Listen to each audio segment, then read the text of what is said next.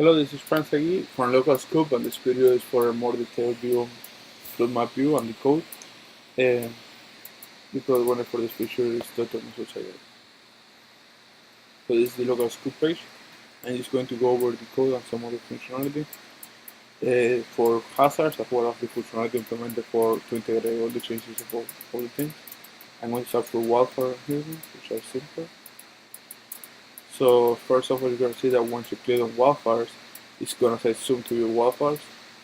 So every single feature on the page is going to cause security review of schools, security review crimes, those wildfire hurricanes, in this case it's wildfire. This was the way we did it to integrate everything, and so the functionality was able to work together.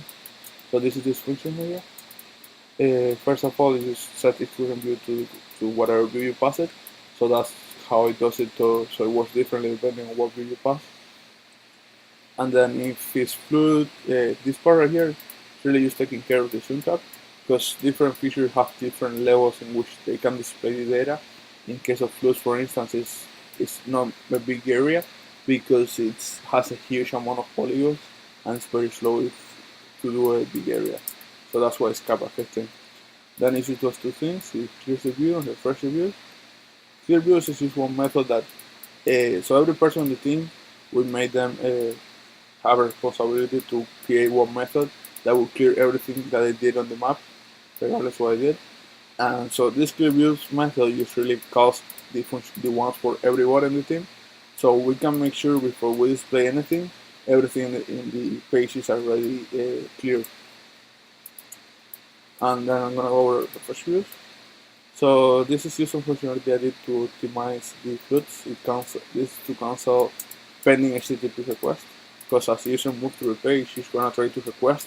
With the move again too fast, it's going to be waiting for that request, and then have a new request. So what it does with this is that it cancels the previous request and it just takes care of the first one, of the last one. So that functionality was for that. Then it has two cases. One if the zoom cap is small, the zoom level is smaller than the zoom cap, or if it's not. If it's smaller, actually means that it's more zoom out, which is this case. And you're gonna see it says zoom to view, current view.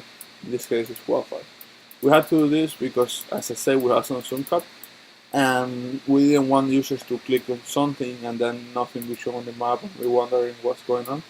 So this actually is displayed so they know they still need to zoom to view the map. So you see, now it says displaying wildfire, and there's a loading thing right here. So if you zoom in, one thing you can see here that on zoom in is also called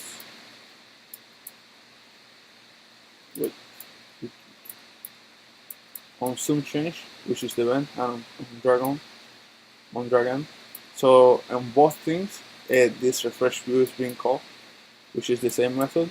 So as you saw, I zoom in and then this was called again. That's what is displayed.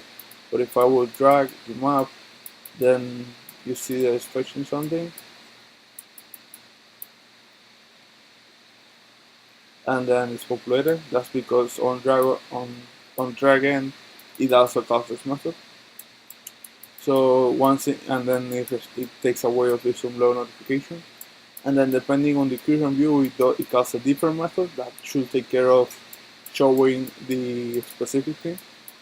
So I'm just going over wildfires now, but I'm going to go over these two because they are very similar. If you see, even the method is extremely similar. The only difference that these variables are different, which are done to calculate the how intensive the if it's a high, low, or medium fluid level, hazard level, and then it calls the fetch hazard, which I'm going to show you now. Also, you can see that it sends to the show hazards. It's going to send a hurricane or wildfire, depending on the current type, and then a function, an anonymous function, which is gonna work as a callback to be able to display whatever was returned. So before I go over this, I'm going to go over fetch hazard. This thing, along with calculation, is done very similar as how it was done before. I just refactored the code to make it more reusable and more compact. So it was taking a lot of lines and stuff to do this. So first, it gets based on the current latitudes and longitudes, it makes this request to get the current location, and then this is giving asking more details, which actually returns the polygon for the current zone, which is what's being drawn on the page. And now, based on the location on the zone, it makes a request to the backend to the API person, and then this returns some amount of events, and the amount of events that returns are used to calculate the average, and then just calls the callback. And the callback, what it does for both things is draw hazards and set loading to false, which takes care of the loading thing. So draw hazards is this function right here that it just goes over all the zones, and then if the hazard shape is undefined, it defines it, and then it does some logic. And if it's not drawn, which I'm gonna show soon, this part just takes care of the color that is going to be drawn, depending if it's low, medium, or high. And then this part creates a polygon, a Google Maps polygon, and it assigns to the hazard shape zones. And then it just sets the map, which this is what it draws it on the map. And I put drawn to true, which is this part right here. So because I go over all the shapes, so if it's already drawn, I don't want to draw it again. And going over the clear portion, this portion right here is what clears the wildfires and hurricanes. You see, you just go over the same over all the shapes, and if drawn is true, it sets them all to null, which takes it away from the map, and you set the drawn to false. It sets them all to null and the drawn to false. And that's all for hurricanes and wildfires. Let me just go to the same. Because the data for floods is using Florida, there's a lot of data. And let me display floods. It's going to say display floods, and you can see the floods being displayed now. So what this is doing is setting the current view of floods, the zoom up to 15, clears all the view, which was what wildfire got cleared, and then refresh the view.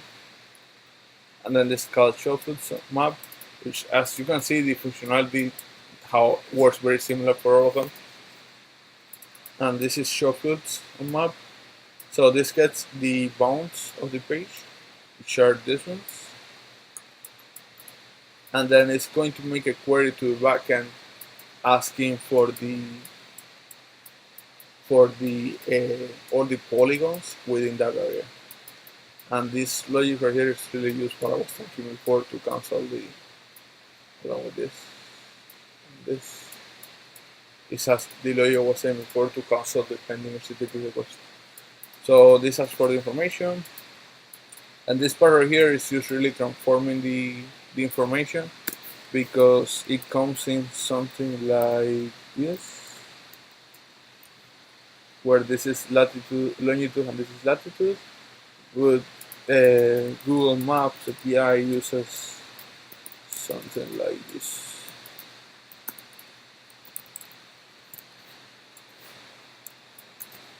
So I had to convert it to be able to use it. So after it's converted, I go to draw floods and then set the loading to false. So draw floods is this function right here. So I define what flood high and flood low is, and then for each feature, which is what was returned, if it's undefined, I define it, and then the color is going to be either high or low depending if it has this X, which is some type of zone. I already filtered most of the zones that are not all the zones that are not going to display on the backend when I make the query. So this really just sets the X type of zone is a low flood zone, and the hairs are really high. So again, this is very similar. It creates a polygon with this color, and then it sets them up to the polygon to a scope map, which is what draws it on the page. And this is the function to clear it. You just goes over all the polygons and sets them up to null, and it resets the foot chips to nothing. This part right here is really just done so because on the old code they were correcting all this data from inland Miami-Dade County to Miami-Dade and stuff because it doesn't match the way that they do these HTTP requests right here the way that it's done in the database. I just kept the two corrections that I have there. I just try to keep their logic as intact as possible as I refactor.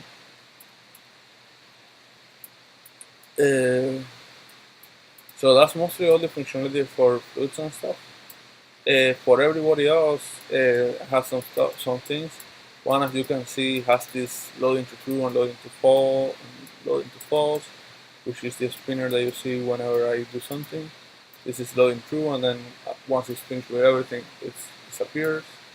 It has this stuff to constantly use HTTP requests. I also took care of having all these clear views and refresh views and set custom views to so everybody could consume it and everybody the functionality works in a similar manner. Then there is the zooming. It's been called when you say zoom to see something and then you click on zoom. There's these two events, which is on dragon and on change. So if you see on dragon calls refresh view, and this works for every single feature. So, but it will call a different method depending on the feature. So if it's fluid, on dragon we'll call refresh view, which will call show fluids on map. So that's why I can drag, and then it fetches everything again, and it's going to populate all the fluids on the map. And I also added this refresh view stuff to the from some part that Orlando did, which was the searching.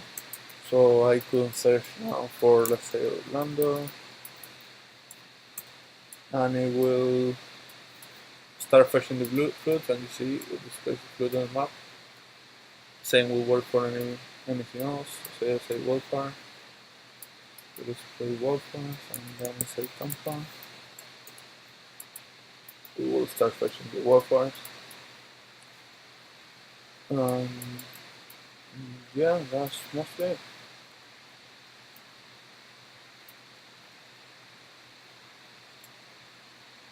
Thanks for watching. Again, this is Frank Segui, and I could be contacted at fsegui004@fiu.edu, and the programmer is Dr. Masoud Sadjadi, and he can be contacted at Sadjadi@cs.fiu.edu.